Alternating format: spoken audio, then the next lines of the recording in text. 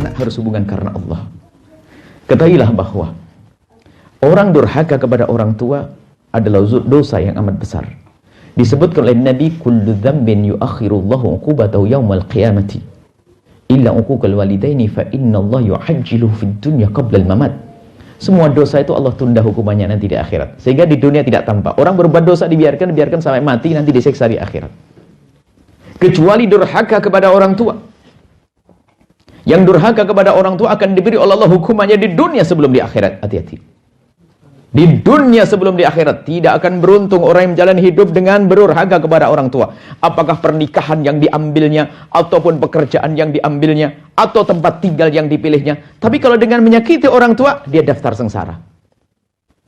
Tidak akan bahagia orang yang menyakiti orang tuanya, durhaka kepada orang tua. Biarpun ditolong oleh 1000 pertolongan, manusia, raja yang menolong, tidak akan bisa. Kenapa? Melanggar Allah. Akan dihukum kalau seandainya seorang laki-laki durhaka kepada orang tuanya, akan usahanya akan diruntuhkan oleh Allah. Kalau ternyata usahanya tetap berjaya, akan dikirim oleh Allah istri yang jahat. Ternyata istrinya baik, akan dikirim anak yang lebih jahat daripada dia. Ternyata anaknya baik, tunggu, akan ada kezaliman yang datang kepadanya nanti. Sebab kalau durhaka kepada orang tua harus dibalas di dunia sebelum di akhirat. Kalau Anda ingin menemukan keindahan dalam hidup, mulailah dari berbakti pada orang tua. Baik-baik dengan orang tua. Mencintai orang tua. Bagaimana hati kita dengan orang tua kita? Orang tua adalah orang tua, lihat, yang setiap saat memikirkan keadaan kita. Ibunda kita, ayahanda kita. Maka siapapun yang menjalani hidup dengan menyakiti orang tua, tidak peduli kepada orang tua, dia daftar sengsara. Biarpun katanya suaminya adalah orang kaya raya yang pelembut hati, tidak akan bahagia. Maka ini adalah bentuk kasih sayang yang diajarkan Nabi. Sehingga di dunia pun indah kita dengan ibunda kita, indah dengan ayahanda kita, indah. Durhaka kepada orang tua, oh mengerikan.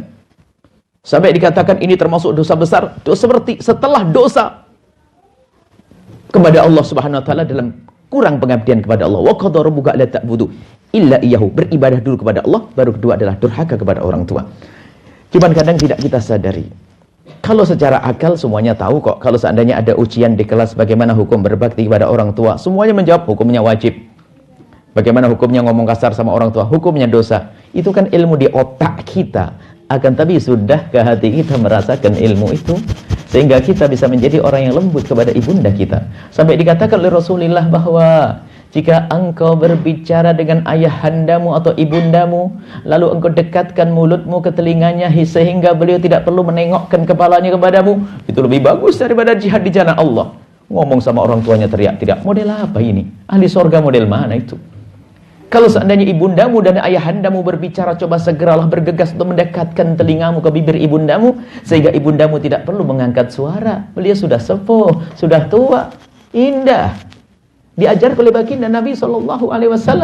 Sampai berdurhaka yang disebutkan dalam Al-Quran bukan durhaka nempeleng, bukan itu, durhaka yang sangat ringan. Wala takullahuma uffin, wala takullahuma uffin. Uff, jangan kau berkata kepada ibundamu atau ayahandamu dengan uff.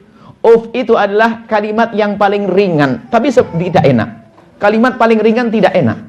Kalau bahasa kita itu begini loh ya. Mungkin kita punya pengalaman serupa, pengalaman sama, tinggal kita tobat aja. Misalnya kalau dikasih tahu orang tua kita, dikasih tahu ibunda kita atau ayahanda kita dinasihati. Lalu kita berkata, iya iya. Kenapa pakai 2 kali? Iya iya Mi. Kau pakai iya? Kamu pegel ya sama dia.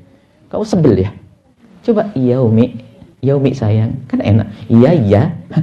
Iya iya. Hati-hati. Itu loh uff. Atau kalau dikasih tahu orang tua, nggak dengar, iseng.